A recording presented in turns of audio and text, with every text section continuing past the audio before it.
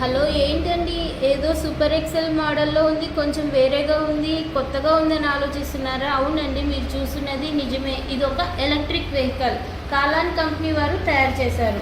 ఈ మోడల్ని మనము ఈలో 2.5 అంటామన్నమాట. ఇది ఒక లోడర్ వెహికల్.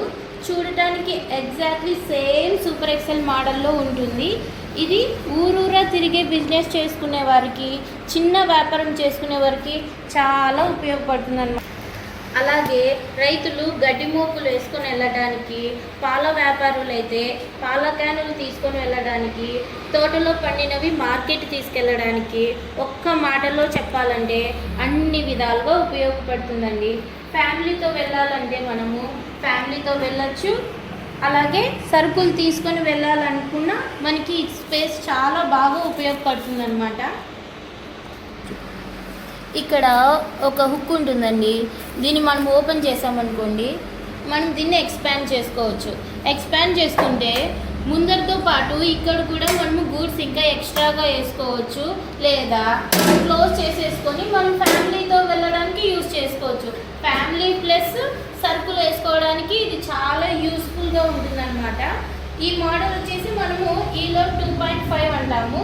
ఈ బ్యాటరీ కెపాసిటీ వచ్చేసి 1.8 కిలోవాట్ నుంచి 2.2 కిలోవాట్స్, 30 to 36 AH వస్తుంది అనమాట బ్యాటరీ.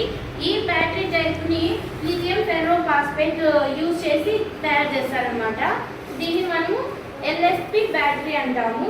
మీరు ఆల్మోస్ట్ ఆల్ ఇప్పుడు మార్కెట్లో వచ్చేసి గ్రఫైన్ అంట, లిథియం అయాన్ అనేసి అలా యూనితారు. ఇప్పుడు వచ్చేసి అప్డేట్ వర్షన్ అనమాట. లిథియం ఫెర్రో ఫాస్ఫేట్ యూజ్ చేసి ఈ బ్యాటరీని తయారు చేశారు. ఇది వచ్చేసి ఛార్జింగ్ టైము 3 to 3.5 అవర్స్ పడుతుందండి ఛార్జింగ్ టైము. మ్యాక్సిమం స్పీడ్ వచ్చేసి 25 km/h మనము దీన్ని డ్రైవ్ చేసుకోవచ్చు. ఇది ఒక నాన్ రిజిస్టర్ వెహికల్ అనమాట. ఒక్కసారి ఛార్జ్ పెడితే మనము 70 to 80. ఇది ఒక నాన్ రిజిస్టర్ వెహికల్ అనమాట.